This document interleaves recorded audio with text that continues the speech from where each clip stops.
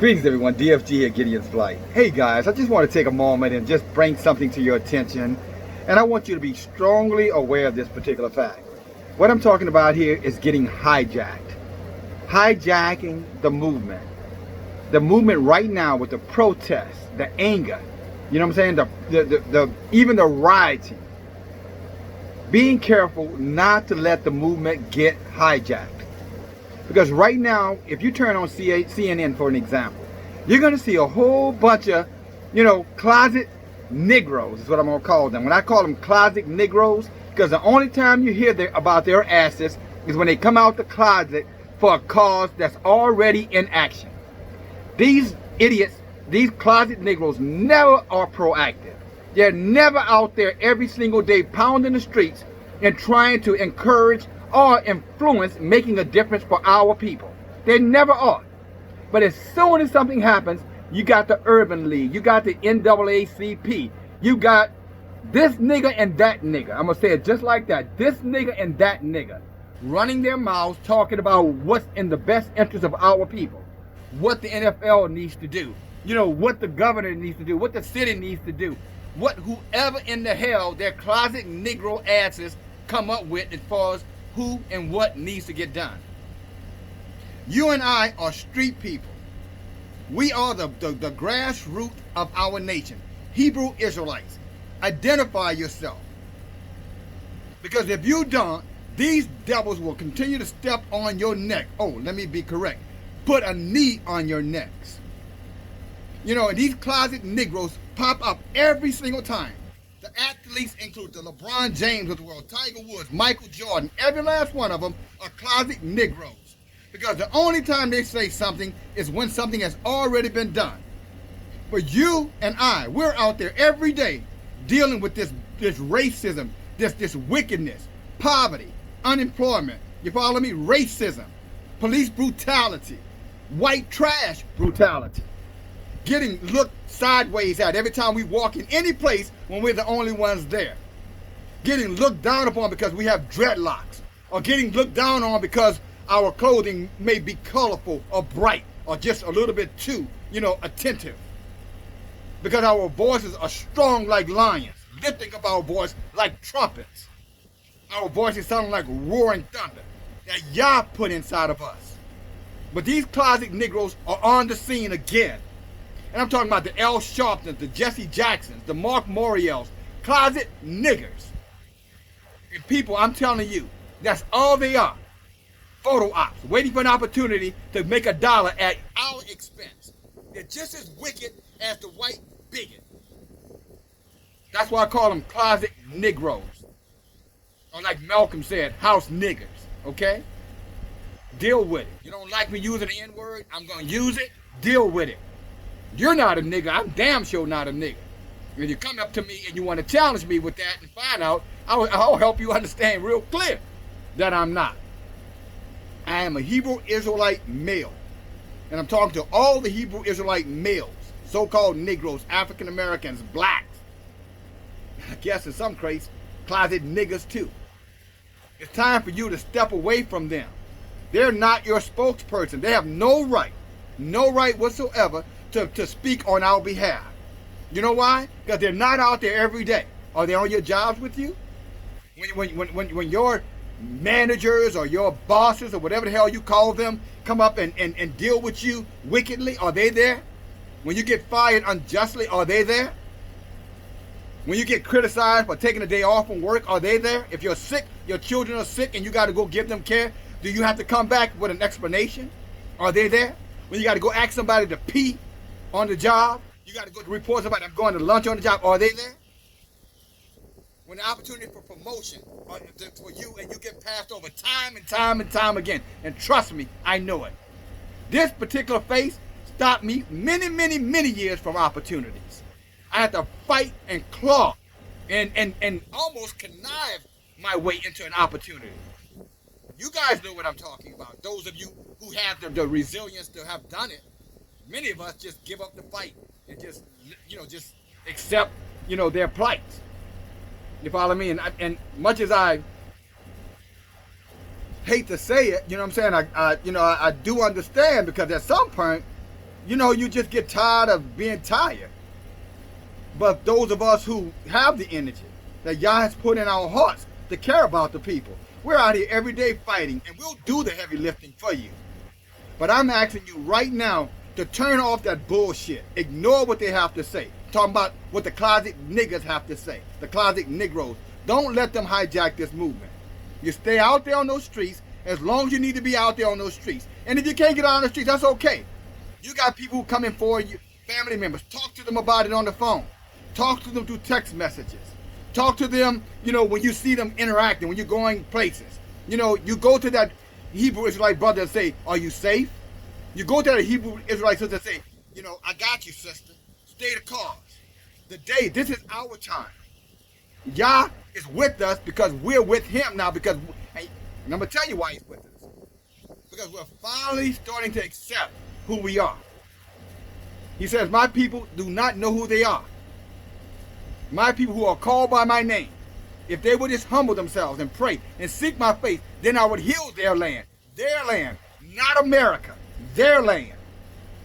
Turtle Island, this land that we're on right now. He said, I would heal their land. What does that mean? Fix the economy? Hell no. Crash this economy. Healing the land means he puts the possession of the land back in the rightful owner's hands. You and I. The people who were bled, who have told this land, who have picked the cotton, chopped the cane, hauled the wood, you know, laid the brick, shoed the horse, and got no respect and beating down and treated like trash. 2/3 of a human being, according to the Constitution of this United States. And now they're pulling out these closet niggas who always show up to try to hijack a movement, to try to tell us what's right and what's wrong. And these CNN and Fox News and all the rest of these devils communication outlets, they go seek those niggas because they think those niggas can influence you and I. And those niggas, what they do, they come out there to try to pacify you by telling you, oh, you know, Colin Kaepernick, he took a stand. Colin Kaepernick did what he did, but he's one man. And that's all he should ever be, is one man. You are one man. You are one woman. What the hell why are we focused on Colin Kaepernick should not be the pinnacle of the movement? He can be part of the movement, but so are you, so am I. Every act that you take should be the part of the movement. Every action you take. If you go to the supermarket and decide not to buy something, that's part of the movement. You go to the supermarket and you decide that, you know what? I'm gonna resist putting a mask on my face. That's part of the movement. Why? Not because I'm trying to make somebody sick, because I'm not having Ophase tell me what to do anymore. Esau is not in charge of me anymore. They've been in charge long enough. And we left them in charge, and look at what they have done to this world, to this nation, to this economy. Look what they have done. They've destroyed it with their own hands. And it won't be long before they're going to make us the face of everything. Well, they're already doing it. Why are they rioting? Why can't they do it peacefully? Why can't they be quiet? Why can't they just do it honorably? What kind of damn revolution is a quiet revolution? You know, one of our forefathers, Malcolm X, told us that. What kind of revolution that does not have blood a part of it? Only the sick mind think that he can revolutionize or she can revolutionize something just walking around singing Kumbaya. Come and love me some more, please, Master. Master, please have compassion on me. Master, I'll act right. If I act right, Master, will you then love me more? That's what a peaceful protest looks in these eyes. That's what it looks like to me. There's no such thing as a non-violent revolution. Wake the hell up, people. And we don't need people hijacking us again and again and again and again. You take charge of your protest. I'm going to take charge of my protest. And you do it whatever way you want to do it. If you want to go out there in the street and do it that way, do it. If you want to do it on the work and when you're going to the market, do it there. If you want to do it when you're taking a walk in the park, do it there. Whatever way you want to protest, protest. But protest. You heard what I said? However you want to do it, protest. But protest. Your vote or not voting, that is a protest. That is an educated choice, guys. Don't let these people tell you the lesser of two evils. What kind of choice is that? That's like somebody said, okay, who you want me to rape? Your daughter or your mother? Not me, but some wicked rapist. You know, he comes up to you and says, which one you want me to rape, your mom or your daughter? You know, after all, you only have two choices here. No, you're not going to touch either one of them over my dead body. I'm not voting over my dead body. If you don't bring forth change, America, if you don't want to give reparations, America, you don't want to make it a hate crime to put your hands on Hebrew Israelites on Turtle Island, then guess what? You can forget about my vote. You can have your political system. Whoever becomes the next president, who gives a damn? They're going to do the same thing every other president since the first one. Talking about Washington, not the actual first one, John Henson, but George Washington. Every last one of them looked down on us and said that we were what? Less than human.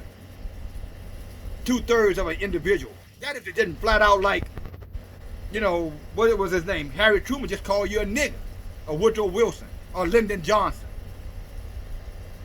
Or Abe Lincoln, I might add. If it was up to me calling him, I would keep him a slave. If that would just end this war, it doesn't matter to me. They're lesser than us anyway. They need to get off our country. That's Lincoln. Your Lincoln, you know, memorial where everybody cried crocodile tears because, you know, they spray painted it. The memorial, the memorial. What the hell they said?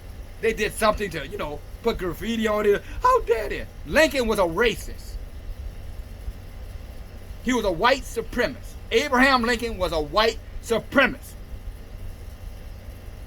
The only reason you don't know that because your whitewash education told you that he was your emancipator. That's a lie. Your emancipator is Yah. Get that through these thick skulls, okay? Get it through your thick skulls. Your emancipator is Yahweh.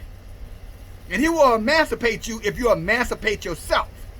But if you let these hijacked Negroes get out here and start talking for you, then that means, guess what? That you're not intelligent enough to be able to speak for yourself. In other words, you're being perceived as an idiot. An idiot. An idiot is a person who can't do anything to defend themselves. Are you an idiot? Of course you're not. And no, you don't have to be protesting in the streets. You don't have to do that. But you can. You have a right to. According to the so-called Constitution of the United States, you have a First Amendment right. What did it say peacefully? Look, when whites start protesting peacefully, then they have a right to tell you to protest peacefully. Until they do, then they need to shut the hell up and stop trying to tell us what we should and should not do. And we need to stop looking to them for direction. Look in your heart. Use your mind. Find the Rahut, the spirit of Yah, to pull you forward. That's what I've done. I've always done it. And Yah has never failed me. Not because I'm some effeminized, emasculated Christian, because I'm a black Hebrew Israelite male. And I shouldn't use the term black, but I just want you to identify who the hell I'm talking about. I am a Hebrew Israelite male. I've always understood it. Even in my most ignorant times, I knew something was in me that was greater than this that's in this world. Oh, what are you talking about? Is he arrogant? No, Christian. What does the scripture say? Greater is he that is in you than he that is in the world. So who are you then? If there's nothing greater in you than that's in them, then what does that say about you? Oh, I know, I just told you. That makes you an uninformed, which / means you're an idiot. But you can wake up right now. You can share this video right now. We are not gonna, look, I'm not gonna let them hijack the movement. I don't give a damn if Drew Brees, said, I don't stand with anybody who will kneel on the flag. Who gives a shit? He's a football player, guys. He throws footballs for a living. Why do you give a damn about what Drew Brees thinks or Roger Goodell? They play sports. They play a game. A gambling game. A hook and crook game. That industry is billions and billions of dollars. Okay, what's the name of the park in your neighborhood that the NFL have built? Forget park. We don't need another damn park. Low income housing. What are the jobs in your community that they've started up? That they said, these jobs, because we are a billion-dollar industry, most of the players are black, so these are the businesses that we're going to start up, and loans that we're going to give small black businesses so that they can have startup money, so that they can have their own businesses. Because after all, most of the people who makes us multi-billionaires to generate probably $1 trillion, you know what I'm saying? We have to do something for them in appreciation to their tearing up their bodies for our entertainments on Sundays. Oh, college football included on Saturdays. I'm looking. Where are those loans? When are those loans going to come? NBA, Major League Baseball. Just tell me when the loans are going to come. Oh, no, that's not our responsibility. Is it? Well, if it's not your responsibility, fine, shut the hell up. Shut the hell up, because we don't want to hear your opinion if you take no responsibility to support us in this struggle. Get it? Of course you do. At least I hope you do. At least right now, I'm opening up to you. Yah is with us in this movement, guys. He'll be with us if we protest in the millions. He'll be with us if we protest individually. And I'm going to end this video by saying something to you about Yeshua. Yeshua was murdered. And the reason he was murdered, because he went against the system. He ignored the powers that be. He resisted the powers that be. In other words, he did not conform, which made him a non-conformist. He was a non-conformist. And he set the way for us. He said, I am that way. I am that truth. I am that light. Think about that. The way, the pattern, the truth, how you do it, the light, the goddess. That's what he said. I am that. And he was a non-conformist. He went against the system. He protested against the wicked ones in his day, the days that he walked on this earth. And what are you? Are you going to do? Are you like him? As many of us, so-called, as many of you, because I used to identify myself as a Christian, and I believe as strongly as any so-called Christian, if that's how you still labeling yourself. I have no issue how you label yourself, but I have a major issue how you think. If you're still allowing, whether it's white Jesus or some cross or some, chapel or steeple or synagogue or so-called church bring you to Yah, then you are an idiot. How can he say I am with you always wherever you are? I would never leave you. I would never forsake you. Don't you know that means in your bed? Don't you know that means on your job? Don't you know that means in the supermarket? He says, wherever you go, I will be there. Why are you running in a synagogue looking for him, or a church looking for him, or a temple looking for him, or a mosque looking for him? I've said it many, many times before. If you want to find him, go look in the mirror, Hebrew Israelite, because he looks just like you, and quite frankly, you are a manifestation of who he is, with one exception.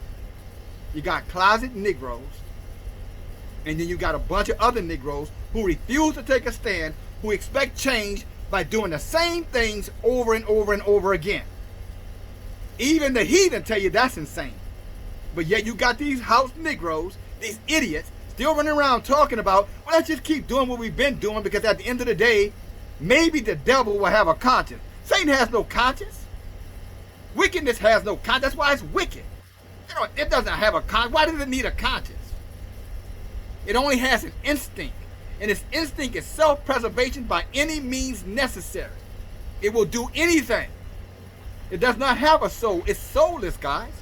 It's instinctive. It's like a bear. You don't get mad with a bear because a bear, hunts down, a deer. That's the nature of the bear. The heathen nature is the heathen nature. The problem is that we've taken on the heathen nature and put it up on a pedestal, and now we gauge everything by what the heathen says. Drew Brees is a heathen. Okay, you're clear on that now? He's a heathen. Why do you give a damn with Drew Brees or Roger Goodell or that homosexual that's over the NBA? Probably closet homosexual, or that homosexual who used to, run the warehouse. You know what I'm talking about, the African/European one? Oh yeah, Barack Obama, that one. You know what I'm saying? Why the hell you give a damn what they have to say? Why are you continuing to elevate these people? And then you say, oh, I'm a proud, I believe, I'll take a stand for myself. Don't mistreat me. Get your foot off of my neck.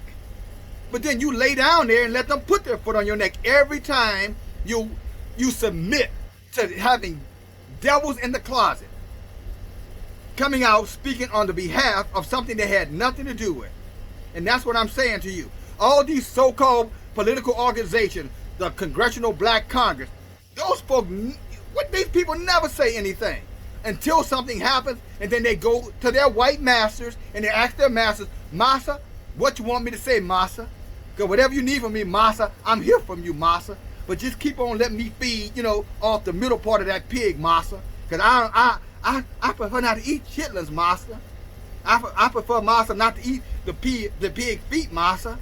Massa, I prefer not to eat the pig lip, Massa. Can I have some ham hocks, Massa? Can I have some ribs, Massa? I know I can't have no ham, Massa. That's what these niggas are. Closet Negroes. And they will do anything to get their little piece of the pig. The most filthiest beast that ever walked the damn planet, I might add. Again, my brothers and my sisters, wake up. We don't need them. Where were they, guys, before George Floyd was murdered? Breonna Taylor was murdered. Ahmaud Arbery was murdered. Where were they? I know where they were. In their little plush offices, trying to figure out how to find the next scam to run on the people so that they can monetize our struggle. That's where they were. And here they show up again. It's time to lock the closet and keep it shut. You know what? You need to seal them in. In the olden days, when someone had the plague or some disease that was very, very contagious, you know what they would do? They would put them in the houses and they would seal the doors and seal the windows and they would let them stay in there so they could not escape until they died out and that disease or whatever plague that was in their bodies died out with them.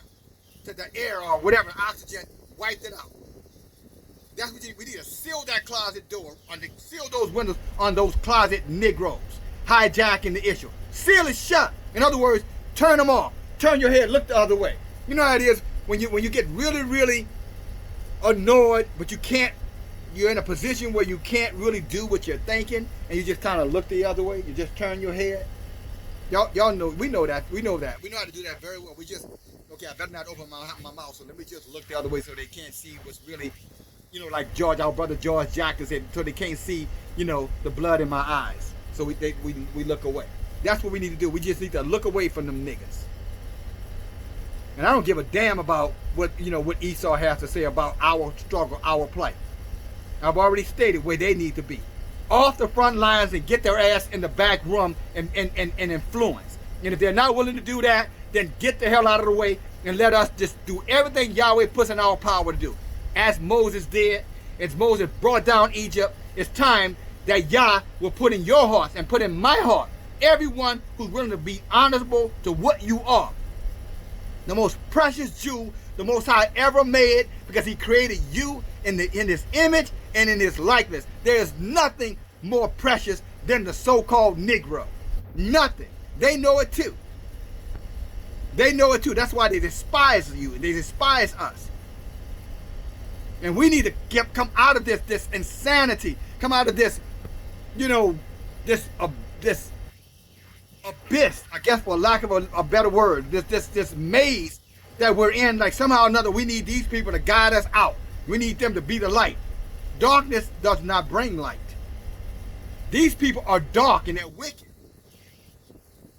They have destroyed the world. They've destroyed the water. They've destroyed the trees. They've destroyed the birds, the bees. They are wicked. They have destroyed the planet. They've destroyed it. The planet that Yah gave to us to oversee, to replenish, to multiply it. They destroyed it. They got in charge and they destroyed it. And if you're not careful, they're going to destroy this movement again by bringing in closet Negroes to hijack the movement. And this is the one time this movement cannot be allowed to be hijacked. If you want Yahweh to act on your behalf, then stand up on your own behalf. What did he say? Every action brings forth a reaction. Ask, you shall find. Action, reaction. Seek. You know what I'm saying? I'm sorry. Seek and you shall find. Action, reaction. Ask, and it should be given. Seek, action, reaction. You know what I'm saying? What is that? You can see I'm riled up. You right?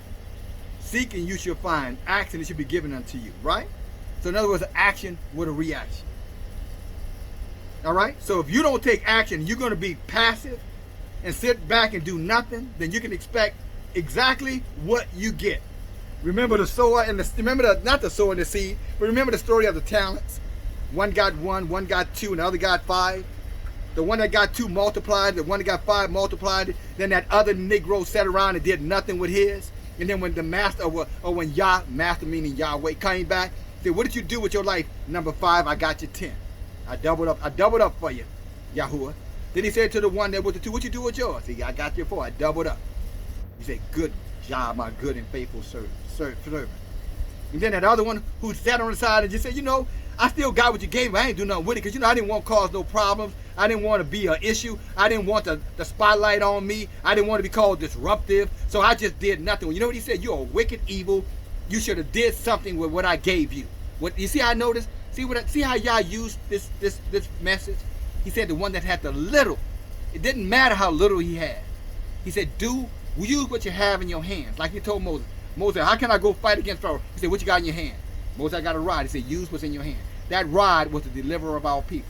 A stick.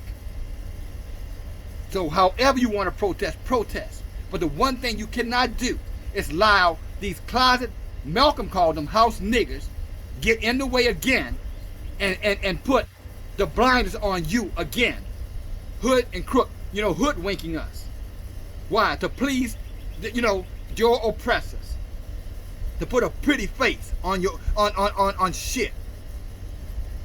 What they said, you can put sugar on shit, but it's still shit. That's exactly what these closet, hijacking Negroes do. And then when they squash the Al Sharpton, the Jesse Jackson, all of them, when they squash it, then they go right back. They get paid off in the back room. You know nothing about it, and then you turn around and say, "What happened? I'm still in the same situation I'm in before." Why? Because you kept doing the same thing over and over. You want to change? You got to do something different. If that means protesting peacefully, protest peacefully. If that means protesting violently, protest violently. If that means protesting in whatever way, using your one talent, as long as you utilize it and you're doing something and you're doing something, whether people see it or notice it or not, Yahweh is listening. I think it's seeking you shall find, ask and it shall be given unto you, and knock. Thank you, Yahweh. And the door shall be open. All actions but reactions. Seek, you right? Ask and knock.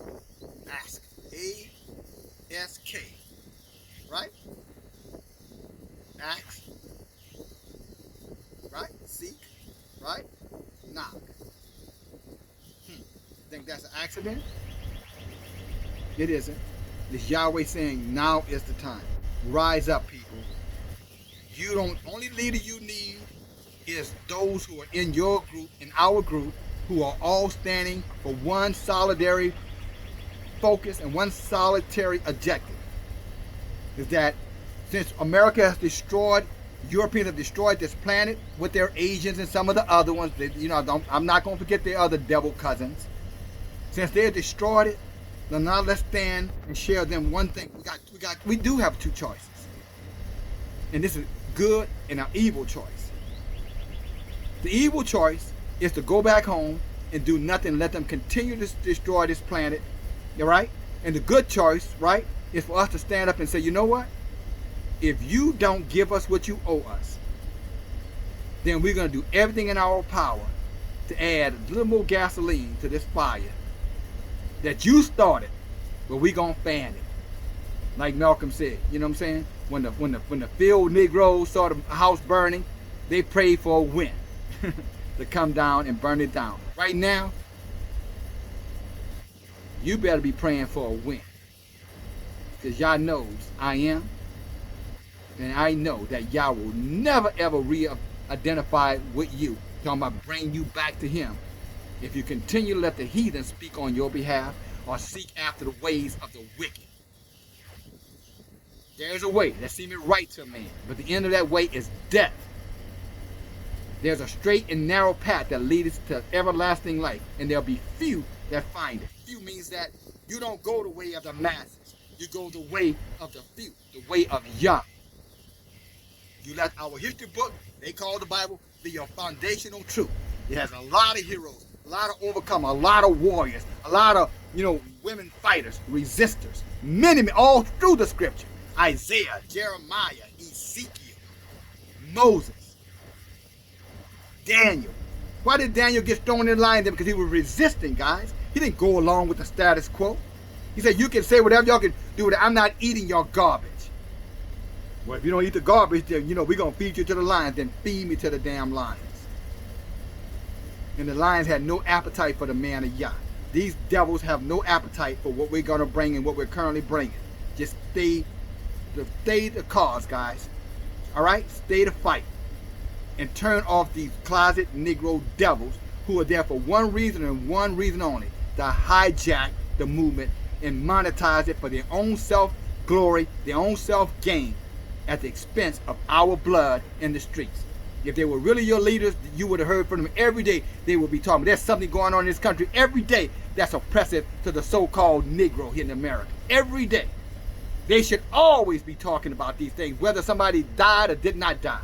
They can come down to the ghettos of Louisiana, New Orleans, ghettos all over this country and be upset and outraged, but they're not there. Because they're in their little plush suburban homes, you know what I'm saying? Again, looking for the next opportunity to rob and pillage those of us who are big. They used to call them carpetbaggers back in the post, slavery days. Scallywags. And that's what these niggas are, a bunch of scallywags. Don't let no scallywag come out here and hoodwink you and rob you again for fame and filthy lucre. All right? You got it in you. I know you do. Because know how I know you do? Because I got it in me. The fire. Sisters, brothers, now is the time. Continue to rise up. Continue to protest. However way you want to do it. Even if you say, I ain't going back to work. I refuse to go back in there because I don't like the environment, because I feel marginalized and disrespected. I'm not going back in there. Let them try to do the job without you. Because our chances are, most of us are the bread and butter of any organization that we're part of. Without you, it will fall apart. Without your money, it'll fall apart. These little shops and stores and mini marts all through our communities have enriched themselves. These nail salons and hair salons, beauty salons in our communities have enriched themselves at your pennies. It's time now to don't give them a dime. Go fix your own hair. Go, you know what I'm saying? You can go get some seeds. If you can't get seeds, then again, go get just the basics of what you need. You know what I'm saying? Make them feel the pain. It's time. Now is the time. Wow, 30 minutes, I'm surprised.